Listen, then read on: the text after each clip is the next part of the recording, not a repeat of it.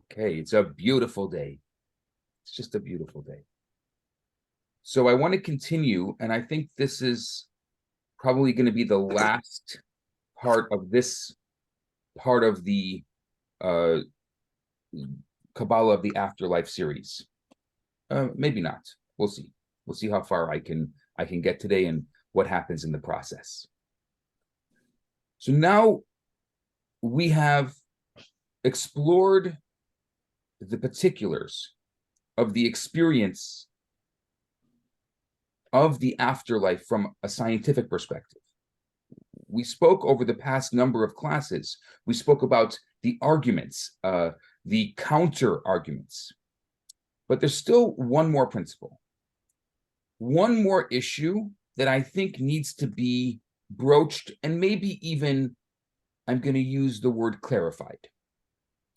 If you take a look, it becomes fairly obvious that there's a major inconsistency regarding the details of near-death experience with regarding the details of NDEs, although as a whole, the experiences that are recorded throughout history are similar. The details of the experiences are actually greatly dissimilar. In fact, the entire experience appears to be culturally conditioned.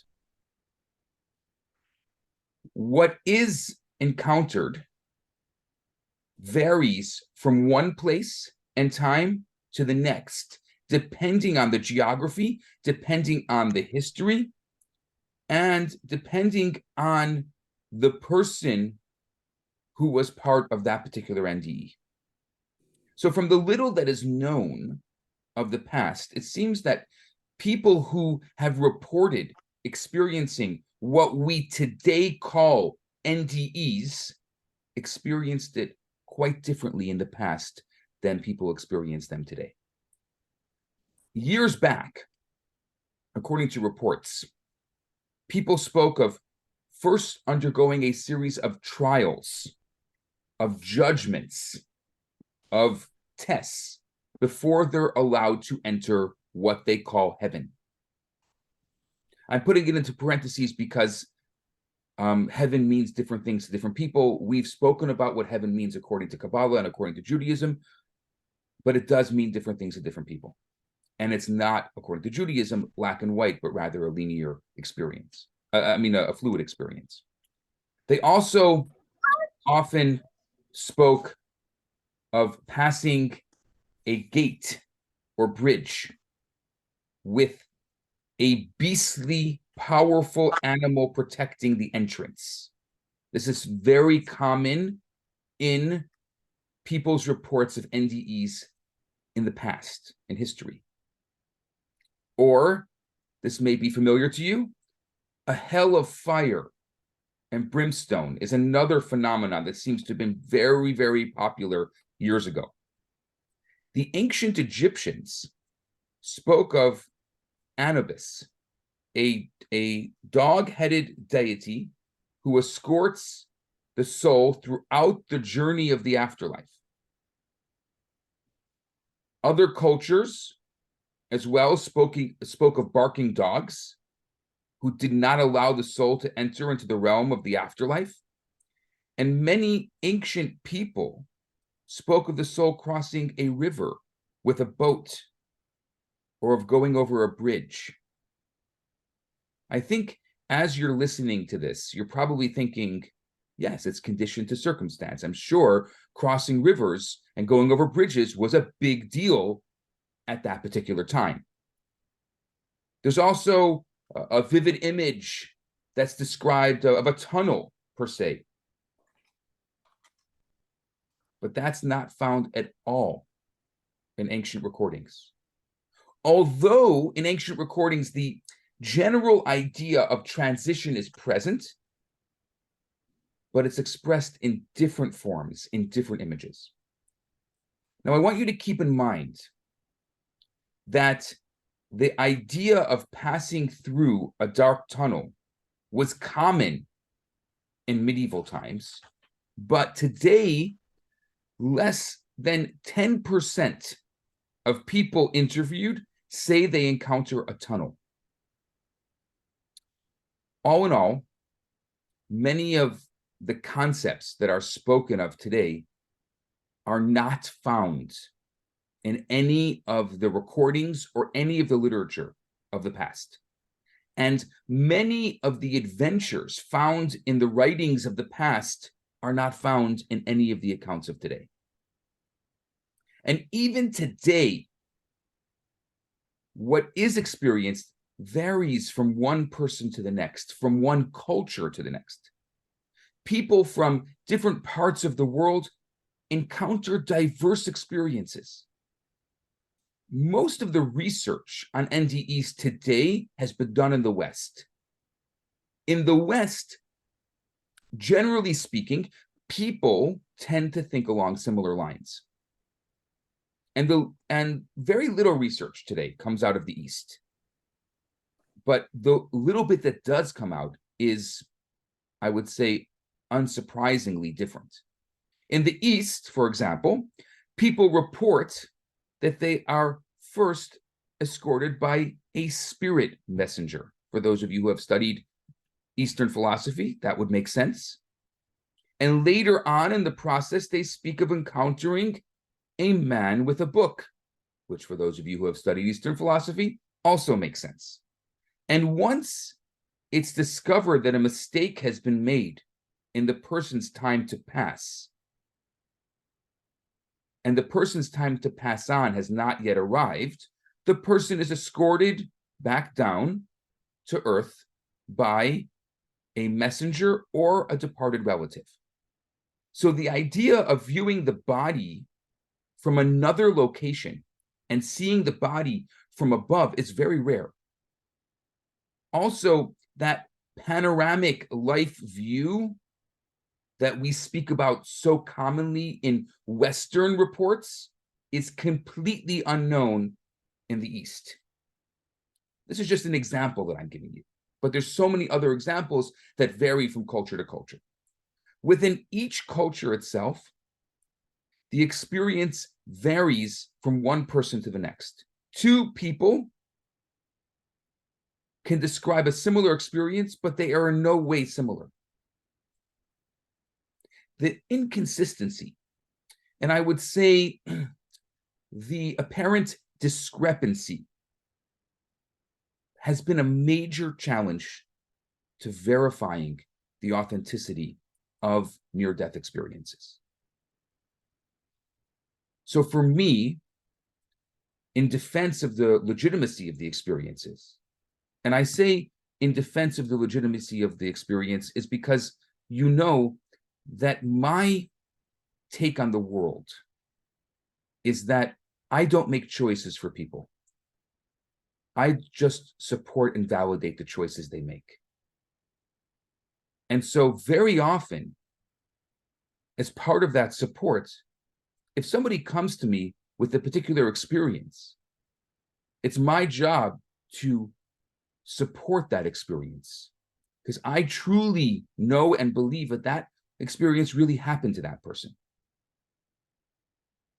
So to me, it's important just for the sake of the individual who's having the experience or who had the experience to support the legitimacy of the experience. That said, it's important to keep in mind that not every near-death experience is in fact genuine. It may be imaginary, it may be fantasy, and that's okay. It doesn't take away from supporting the individual who experienced it, because to that person, it's very real. The more,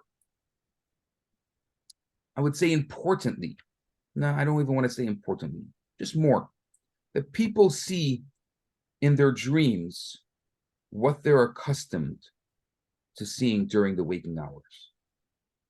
Actually, there's some study that's been done that most people dream what they experience an hour before they go to sleep, which is why in Kabbalah, we speak about going to sleep consciously, not just passively lying in front of the TV. Kabbalah doesn't talk about passively lying in front of a TV, but that actually consciously going to sleep, an hour before you go to sleep, to consciously have good thoughts, maybe to write down a recounting of the day or to think about the future, what's going to be. It's called a cheshbon nefesh in Judaism, in accounting. And it's an opportunity for us to think about the day that we had, and if God brought us into this world for another day of life, and did we do the best we could with that day? And make a resolution for the day to come, and then to consciously go to sleep. Passively going to sleep could create these insane type of dreams because of whatever we're watching or experiencing in that hour before we go to sleep. And so to connect it back to our near-death experiences, the near-death dreamlike vision, I would say, is no exception to that. It's going to take its self from the experiences of the waking hours. I'll take, for example, the idea of going through a dark tunnel. So many medieval artists depicted the journey of the afterlife in terms of going through a dark tunnel. I would say among the more famous is the 16th century painting by the Flemish artist Bosch. It's called, I believe, The Ascent into the Empyrean. And as a result of this reoccurring cultural image and archetype, either subconsciously or by osmosis, which in my opinion doesn't even matter when it comes to the subconscious, near-death visions were almost always accompanied during that time by such tunnel visions. And when that image, for example, Bosch's image, is no longer captivated by audiences, tunnel visions subsided and other metaphors arose. So essentially, images and metaphors are a reflection of their times. Although they're just images and metaphors, what they represent is a truth beyond it. I would say what is more is even authentically revelatory experiences are funneled through the consciousness of the human being. Perception, no matter whose perception it is, as long as there is some measure of ego and self involved, key component here, which in our world, there's always going to be some measure of ego and self involved, is always bound to the physical sense and connected to some material structure. Every experience, even a genuine one, is anchored in a personal understanding and conditioned according to each person's power of discernment and personal proclivities. And it's for this reason, I would say, that even amongst the master prophets, no two experiences are alike. They all speak of sensing alternative realities. For example, Isaiah, who we say in Hebrew is called Yeshayahu, he saw one thing, while Ezekiel, who in Hebrew is Yecheskel, he saw something else. And both are true experiences, and both are true and valid expressions of the higher power, of the divine. Yet each prophet could only observe the experience according to their own level of consciousness. And it would be consistent with their own set and their own setting, which means their prior mindset and culture and their environmental conditioning. And this is how the Talmud describes it. When the Talmud describes the discrepancies in prophecies in the tractate of Chagiga, it talks about the fact that it has to do with a prior mindset and a prior conditioning. And that's why they're different. So after the experience itself, what they attempt to describe is in conventional, so to speak, or transmittable language, replete with relevant and relatable imagery. I think that pales in comparison to the actual experience that took place, because that experience took place on another dimension of reality, on a subconscious level. So this is what I would say. Fundamentally,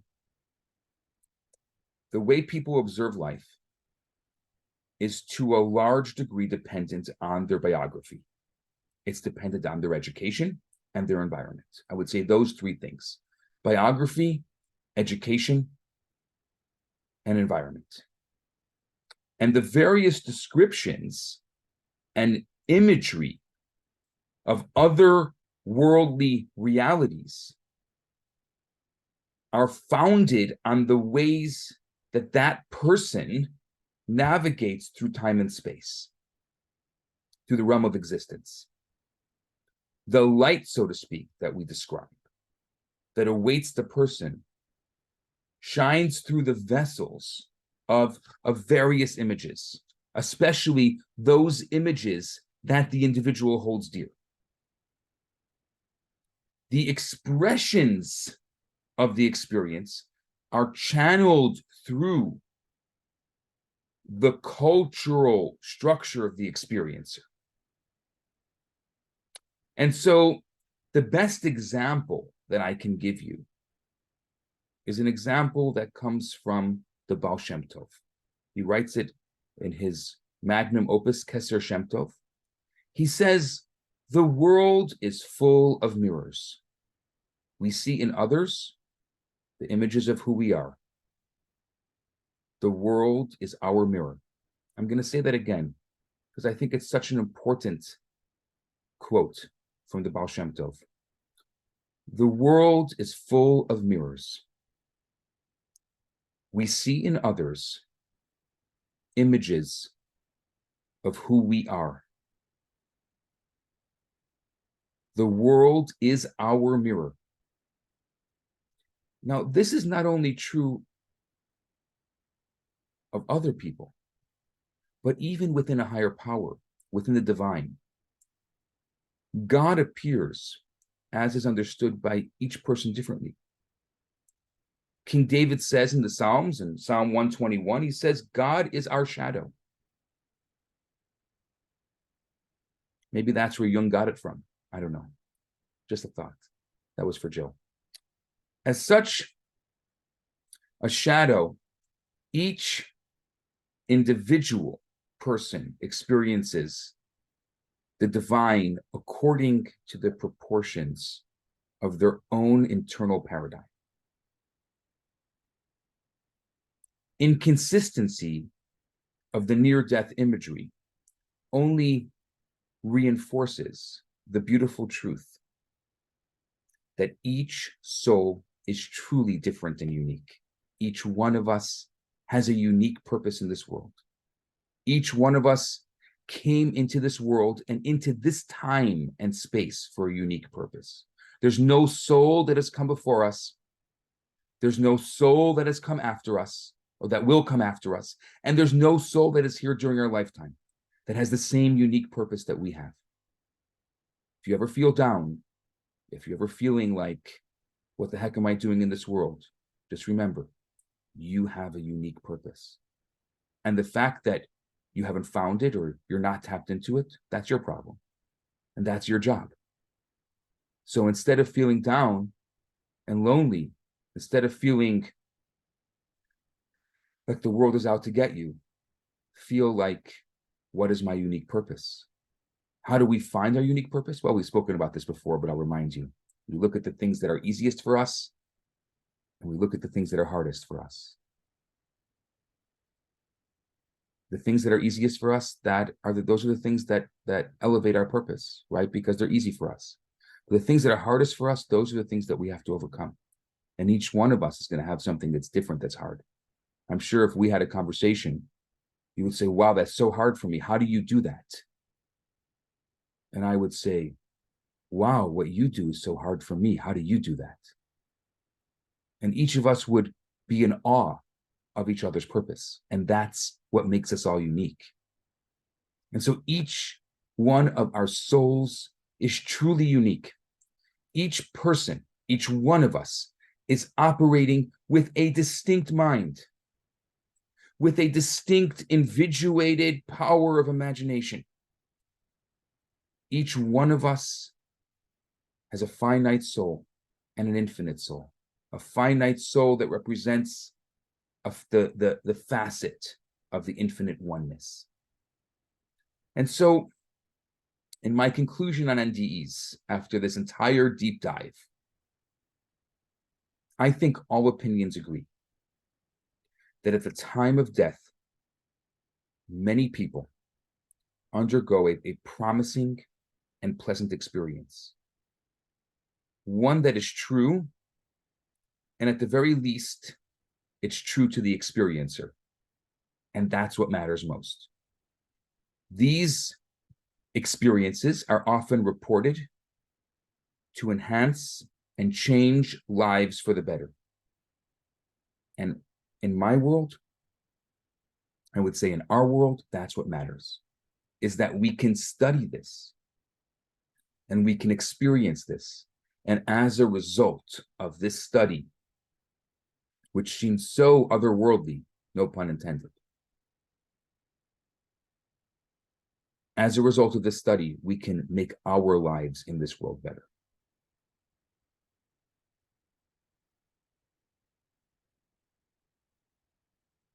And those are my thoughts on NDEs. Questions, comments, afterlife threats. Anyone? This makes me think of something I learned a long time ago. There was a class called Out-of-Body Experiences. One of the things he stressed was how we think about the afterlife is how it is going to be. And you touched on this very specifically. All our influences, our religious, our cultural, our belief systems, many years ago, they were very different than how they are today. And so to work on like this one concept that the universe is a safe place, that we can have this positive experience. And I guess my question is, many of us don't. We work on it or we don't work on it, but we don't have this positive experience. And so is that 11 months after we die that hopefully things get kind of worked out and we kind of get funneled through to the other side of like, all right, between our belief systems or our actions or what have you, it can be fixed. I guess that's what I'm thinking. Are we kind of just like, if our belief systems aren't in the aligned, we're not just stuck in the afterlife, that it's that 11 months of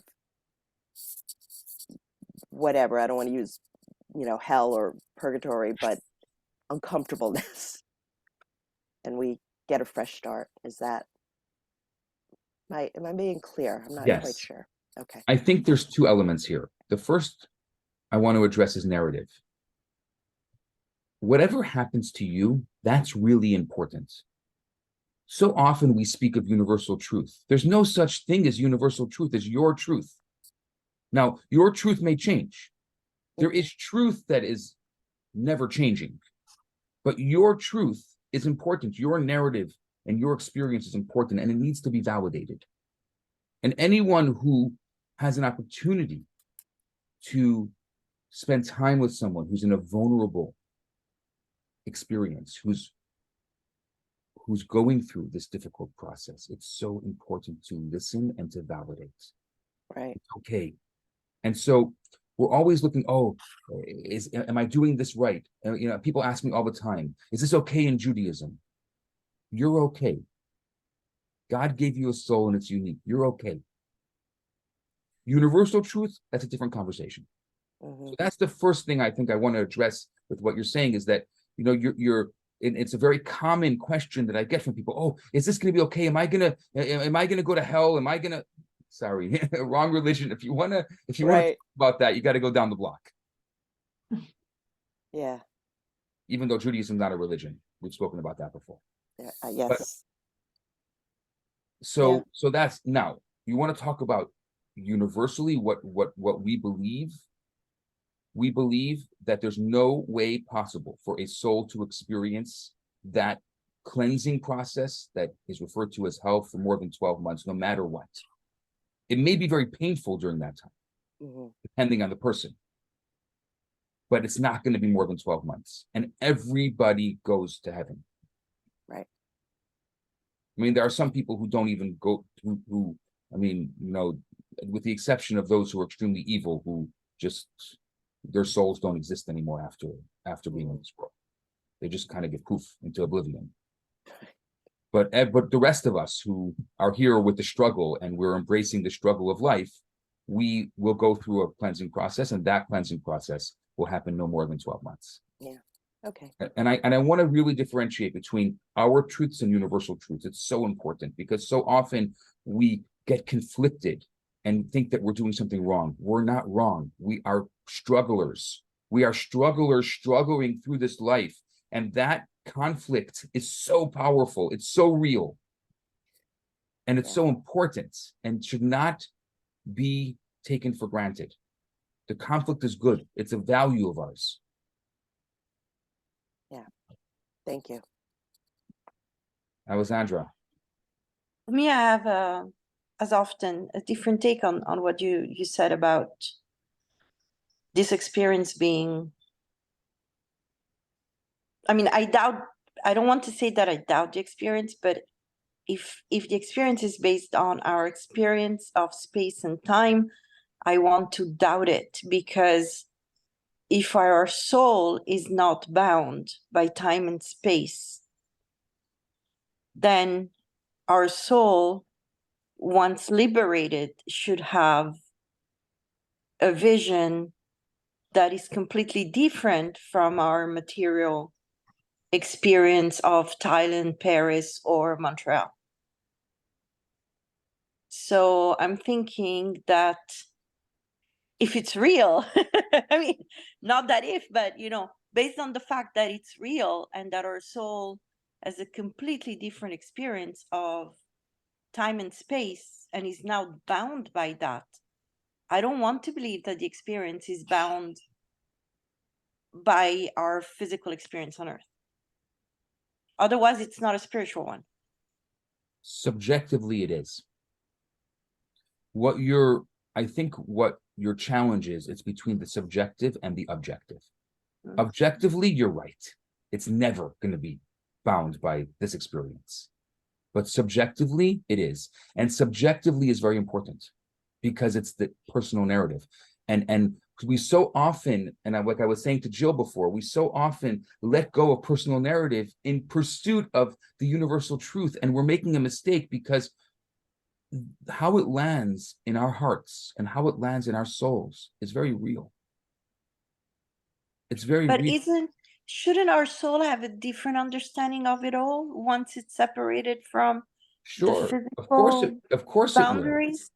But we already see from NDEs, it's going to be clouded or enhanced by our experience in this world. And so if NDEs give us the best we can get, right? Because we don't know what really happens. But if near-death experiences are a metaphor or an image of what possibly could happen in that process between the soul leaving this world and the next world, or the continuation of world, we don't consider it the next world, right? The continuation of world, then we know that it's definitely clouded or enhanced by the narrative and experience in this world. In other words, we need to make sense of it. And therefore, we may be experiencing something completely different on a soul level. But since we're going back to a material form, the subjective side of us has to make sense of it and describes it in a way that we can relate to. Yes. I mean, that's for me, for example, I often have all these ideas and thoughts and I'm studying all these different things. But until I can create a narrative, I can't explain it to you. It took me a while to develop what I just presented to you today, because you have to be able to put it into words. It's very hard sometimes. I'm going to give you a practical example, and I think one, Alessandra, that really relates to you, because I know it's something that you think about. We know, this is anecdotal and experiential, that people who have a hard time letting go of physical things in this world are going to have a harder time in then transition. I know that you love letting go of physical things in this world. And that letting go of physical things in this world is very good for the soul's transition. It's hard. I know. Look, I'm not attached to so many things, but I'm very attached to my books. And I wonder sometimes, for me, I have to constantly learn to let go of my books, because I know that whenever that day comes for me, that I'm going to have a very difficult time, because I'm so attached to the physical book, which I shouldn't be. But I don't know, it gives me a lot, having my library, it gives me a lot of comfort for some reason. And I know that's something that's going to be a problem in the long run. And I'm just giving you an example. So that narrative is clouded, right? Do I really need that book? I don't know. I want that for some reason. I can't tell you why. It gives me comfort being surrounded by books. My wife, on the other hand, she's like, okay, choose this many books to have in the house. You know, and if you want to bring a new book, you got to get rid of an old book. And that's very hard. No, I want that book and I want that book. And think about that in the narrative of that transition and letting go of those physical things. That's a tough thing. Mm-hmm. I hear you. Even though your books are in your head, Rabbi, they're just you know, you need them for reference only, but I'm sure they are perfectly visualized. You already own those books. You can let them go. But I need to look at them every so often. And even if I don't, I need to remember that they exist there. Sure. I hear you. Yeah, but I'm in that process, and I've done something that it's taken me a long time, but I started purging my library, because I know that that's part of my struggle in this world, is to let go of that and to remember, like you said, that it's in my head already. I've already read it. I've already gone through it. I've already pieced it apart, and now I can let it go in the physical form. Yeah. Thank you. Marianne. Yes, hi. My father had an what do you call NDE, and I thought that I would like, because I wrote it, I would like to believe that there is an afterlife. The thought of not believing that there is not an afterlife, there is no hell for the bad, and there is no connection with the ones we loved. So for me, it was too hard to just to believe. And I do hope that there is an afterlife, because when I ask myself the question, are the rational arguments for afterlife compelling, or do I only believe that there is an afterlife because I want to? I guess there is an afterlife because I want to believe that there is an afterlife, you know? So for me, it's important, since the time my father had this NDA, I do believe that there is an afterlife. That's all, because I want to believe it, because I want to stay in touch with the ones I loved. So for me, there is no question. I want to believe it, and I do.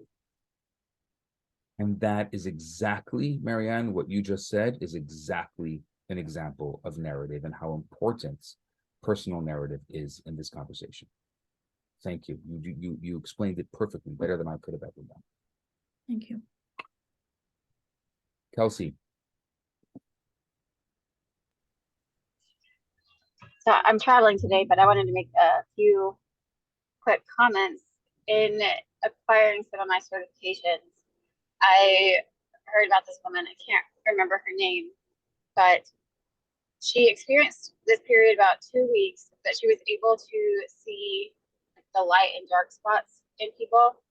And so she learned that people reflected our dark spots.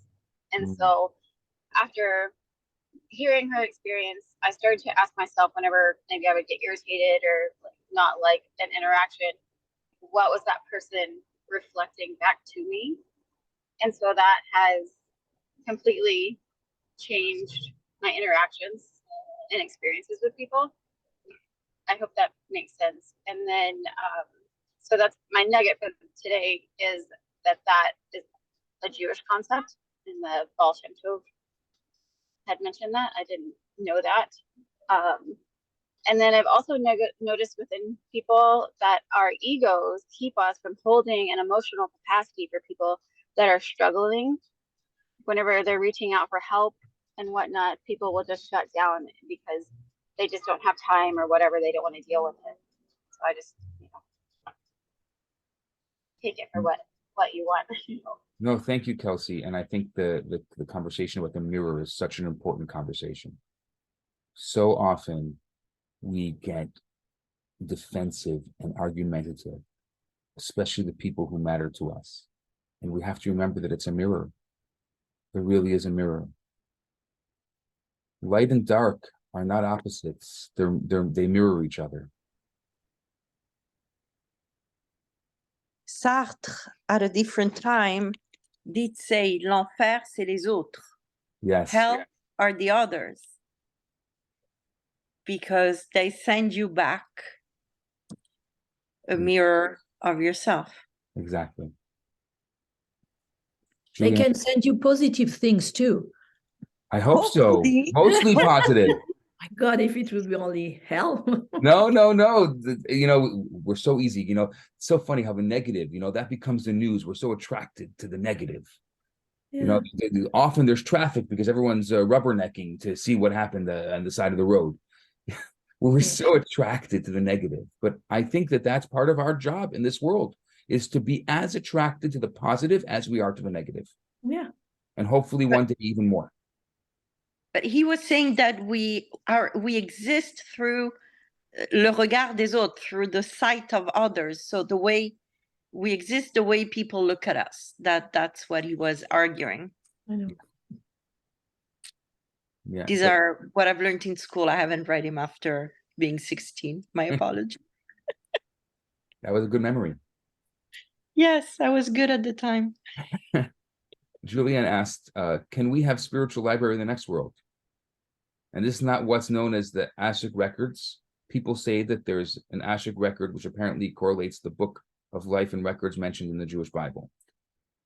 I mean, yes, but even the library, like Alessandra said, the book is in my head. I read it already.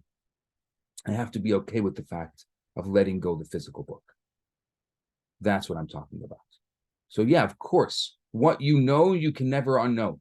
And you will take that with you into the next world. And that's why, for many reasons, aside for, first and most importantly, let's remember, we do to make this world a better place. We have a job in this world. We're only studying the afterlife to make this world a better place. But in addition to the knowledge that we have and the education that we have that helps us in this world, we also take it with us. There's not many things we can take to the grave. Our knowledge is one of them. And titanium in our bodies, that's another thing. And all those other wonderful, anyway, sorry. We dropped that in the cemetery, the titanium, no? Oh, really? Does it come along? But it goes to the grave. It goes to the grave. But it's like the diaspora, like we take with us what we know. We can't take the piano. We can't take the... That's right. But we can take the music. Thing, but we can't take the piano, but we can take the music. Yeah, because we know the music. That's right. That's how we've survived, Rabbi. That was the very first class. Yep. That was the very first class. I know. I knew Cheryl was going to say that. Yes. It went from the heart and feeling it and the mind and the soul plunked it out on the piano. Yeah. And how did it do that? Because it needed the soul to do that. I remember that like it was yesterday because it made such an impression on me for everything, songs, anything Wow. of how That our was, soul reacts. Cheryl, that was 48 classes ago. Yeah, but it was way more time space because we had so many days off. Yeah. But yes, it was 48 classes ago. But yes, I remember it just like Alessandra remembered whatever it was. Was that from high school? Whatever you quoted. I can't remember that far back. Sorry, I'm older than you. So my memory chunk is only for a certain time. Yeah. So Jamil asks, what about those that are living in an aimless life? How can we enhance their experience as we are interconnected? It is our duty. Just love them and accept them unconditionally. That's it. We can't change anyone, but we can love them and accept them unconditionally. We don't make choices for people, but we can support the choices they make.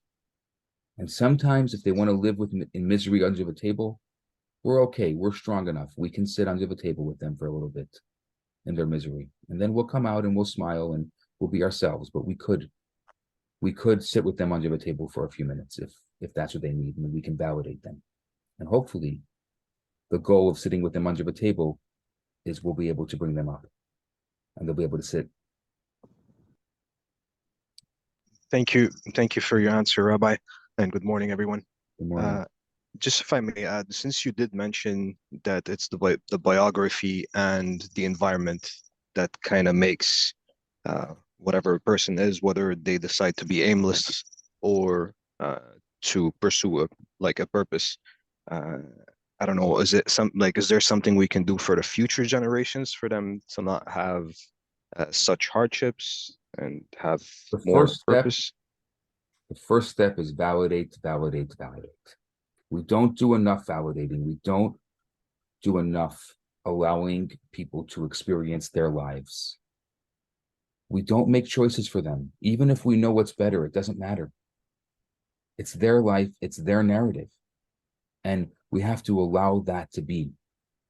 So the first thing, there's other steps to it, but I would say the most important step is the step that is overlooked, and that is the step of validating. Yes, and it starts with children. Thank you. It was so easy. And anyone who's close with us, parents, children, siblings, the people who we have to be around, spouses.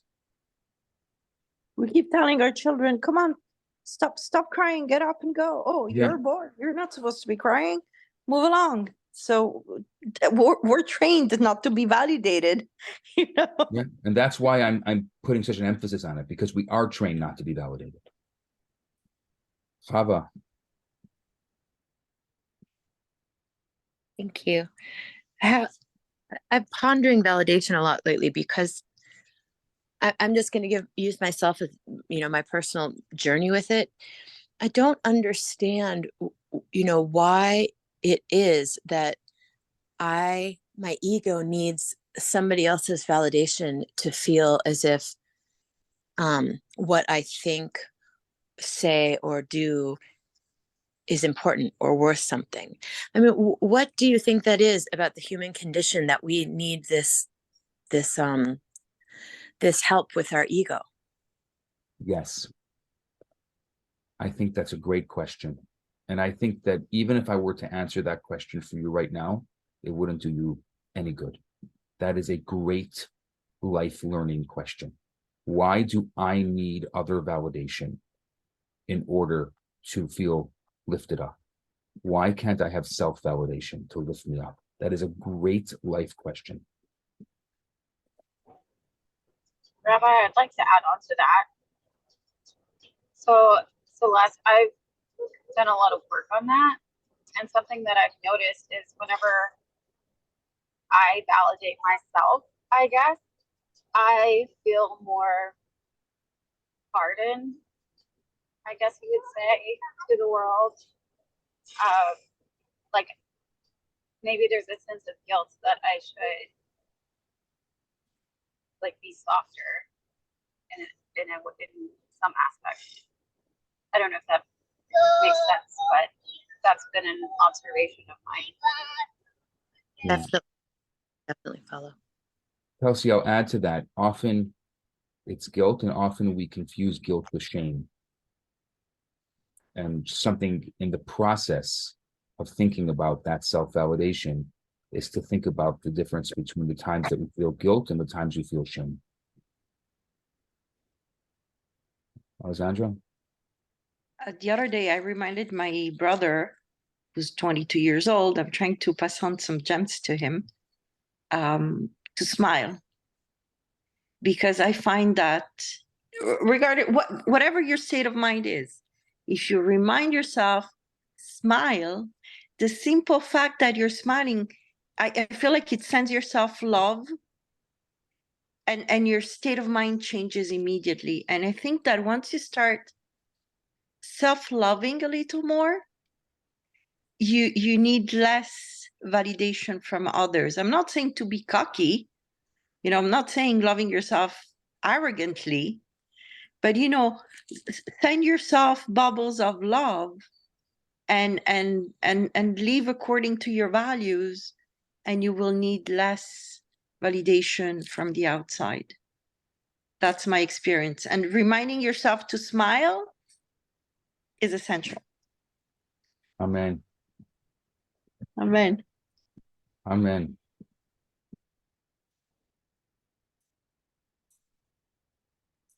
With that, who wants to start their golden nuggets? Kelsey, why don't you give us a golden nugget and you can pass it on? I think it really has to do with the reflection, the mirror. I didn't know that was a Jewish concept, or that it was tied to the Bible. So I like that you drew that out, and I've just appreciated this conversation today. My little animal soul next to me is having a good time singing, if you can hear her. About Jill. Thank you, Kelsey. I think my nugget, we talked a little bit about negative energy and how, we craned to see the car accident, and how it makes sense that negative energy is louder and more in our face because it has to do with our safety and it's protecting ourselves. So we really have to I have to work on seeing the positive, seeing the good things that are there. And because most of the negative now isn't about safety, and we're giving it a lot of light, and it doesn't need as much as we're giving it. So I think my nugget is just to continue to focus on the positive, because the negative will make itself known if there's a safety issue. I don't have to worry about that. So focus on the positive. And I think from one of our first classes, like, what's our job, is just to be a little bit better than we were yesterday. So that's what I'm taking from today. And how about MJ? I'll pass it to you. Thank you. This class was really, really amazing. Thank you, Rabbi. Seriously, as always. What is my nugget today? I think it's when you talked about narrative, our own narrative. When you were saying that in some culture, there's a relationship between their interpretation of the afterlife. There's some perhaps metaphorical truths and whatnot. And I just really like that. But I hadn't, in my head, I was thinking a bit, someone said that, but isn't this the ultimate? I mean, how come there's not an ultimate truth though? Why does it have different sort of medium or interpretation and whatnot? And then you were saying that, well, that's another discussion. But then you kept on saying that your own narrative matters, your own narrative matters. And I think this particular sentence is my nugget, as to understand that ultimate truth exists, and has its own, I mean, unless I misunderstood, but ultimate truth exists. But how I live or my narrative also matters. And it's, yeah, that's it. I don't know if I explain myself well. Something like that. There's also the question of Chava, why do I care what people think so much? And it's a serious struggle anyways. So yeah, that's it. That's my nugget for this morning, and I'll pass it to Rima. Yes, hi, thank you. This was a great class. There's several things that I wrote down. I really like the idea of guilt versus shame. Have to think about what is what and how that impacts us. Also, I like, Rabbi, how you said to go actively to sleep versus passively, and that's that really kind of struck with me. And I also like how Alexandra said, we will need less validation from others if we value ourselves a little more. Really like that. Thank you. And who else did not speak? Fami? Hi, good morning. So, what can I say? So, I maybe I will comment. So these days I'm in that thing, like the Jewish dating thing, and so I listened to Aliza and to you, Rabbi, on internet, and there is a video which I mean, it was like, how can I live happily married forever? I mean, so and actually, when you when you listen carefully to what Aliza answered, her brilliant. I mean, you understand exactly what's the heart of Judaism. Judaism the genius of, which is crazy for me to say this. The genius is like upfront. Judaism recognize that this word is not yours. Upfront, it's not yours, but it gives you the tools how to navigate it. Actually, it's like a GPS. So we have like the world around us, and the Torah gives you, I mean, it tells you from the beginning, this is not your word, but if you want to move as the world is in perpetual movement, this is how we should do. This is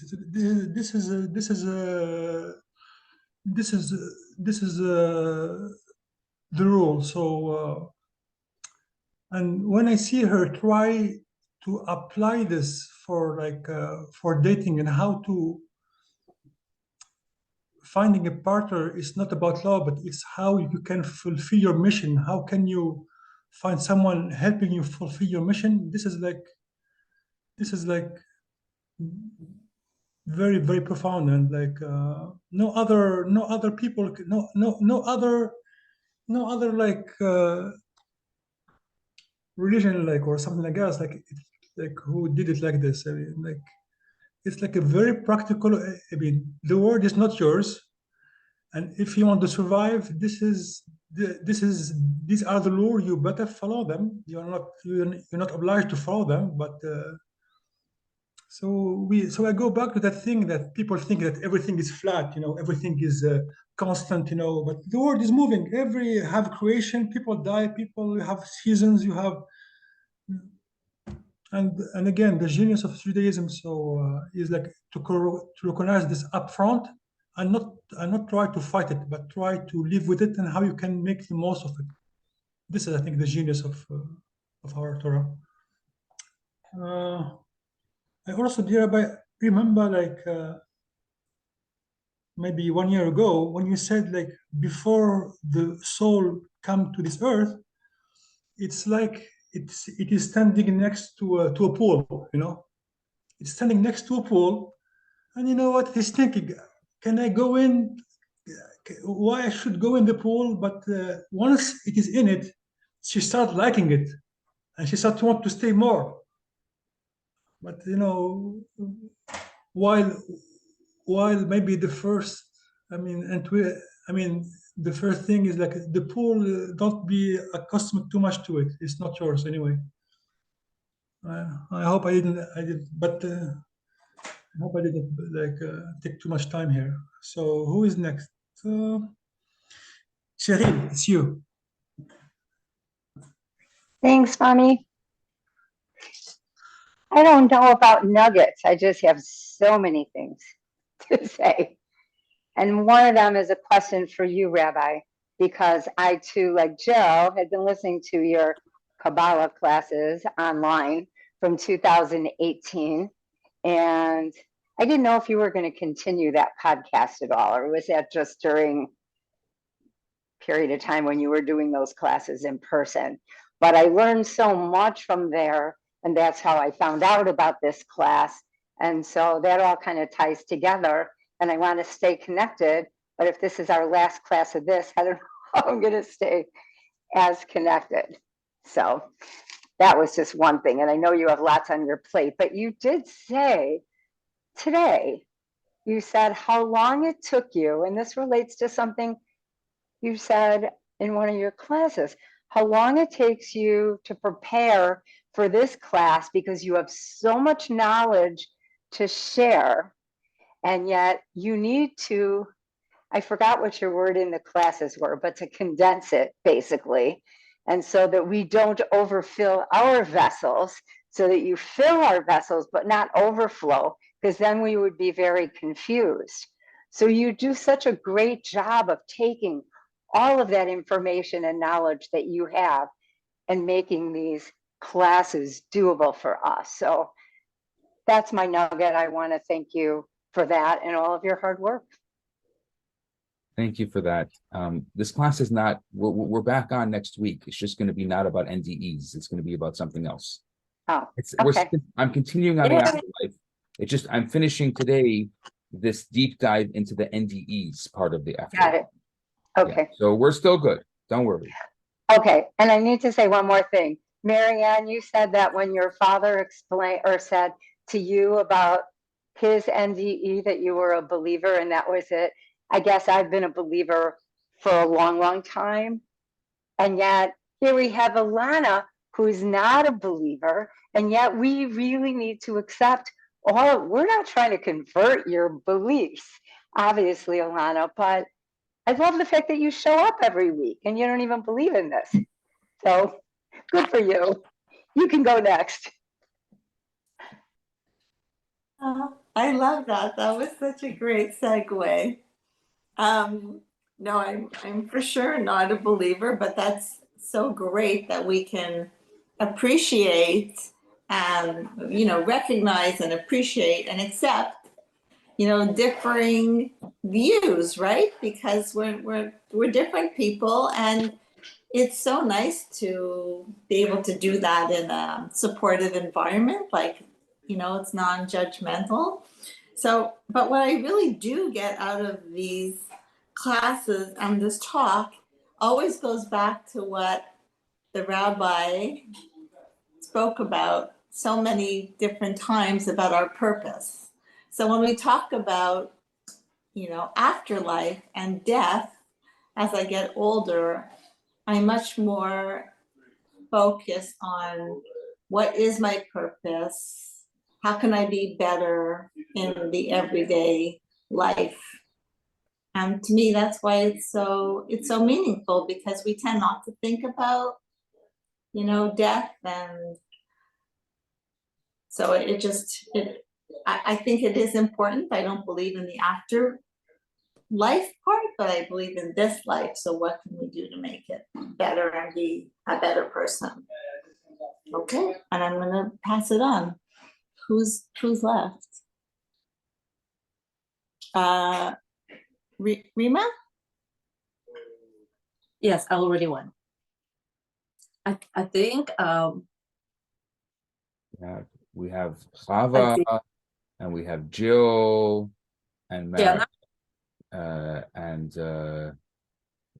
Jenna, Julian, Jamil. Celeste.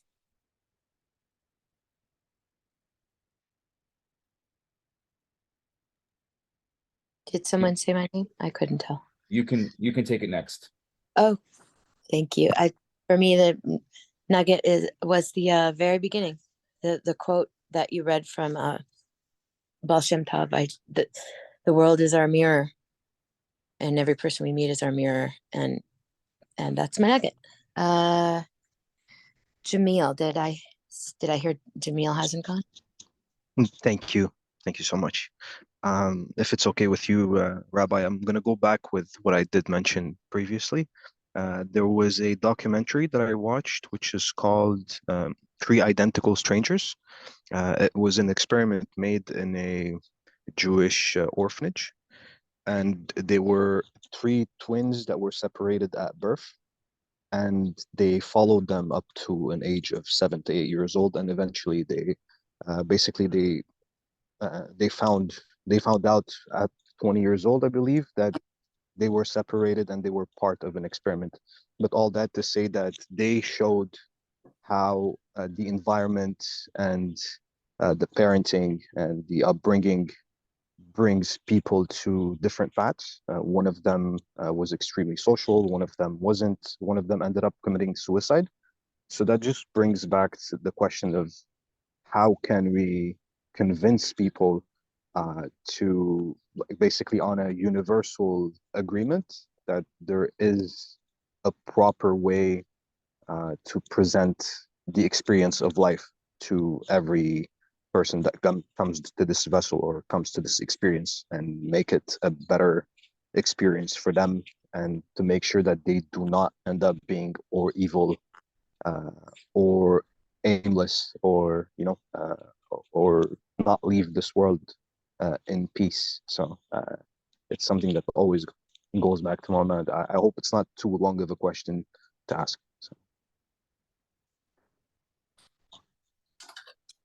I'm going to address it in the coming weeks, but we'll pass on. Since we're running late, we'll pass it on. No problem. Jill? No, I already went. Oh, sorry. That's okay. Was it Is there anyone else that Jenna? Did she go? Oh, I Julian. haven't gone yet. I'll go. Okay, sure. Rabbi, first of all, I want to say I just feel like it's such a blessing to hear you speak, and I'm so grateful to be here and also hear from everyone else, because that's the power of learning. The idea of reflection is very powerful, and I heard it before, but I haven't thought about it in a while. And so I thank you for the refreshing idea. And I also really liked what you said about validating other people's experiences, because I don't think that personally I do that enough. So I think that that's my nugget. Thank you so much. Thank you for your kind words. Julianne. Thank you. Thank you for answering my question.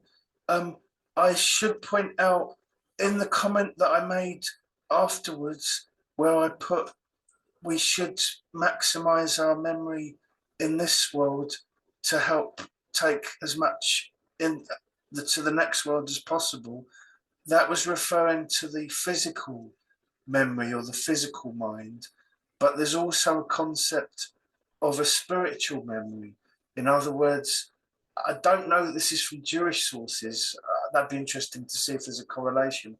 But there is a concept that everything is remembered by our soul or spirit, but our physical faculties are only able to take in a finite amount, and they're imperfect, whereas the spiritual soul takes in everything.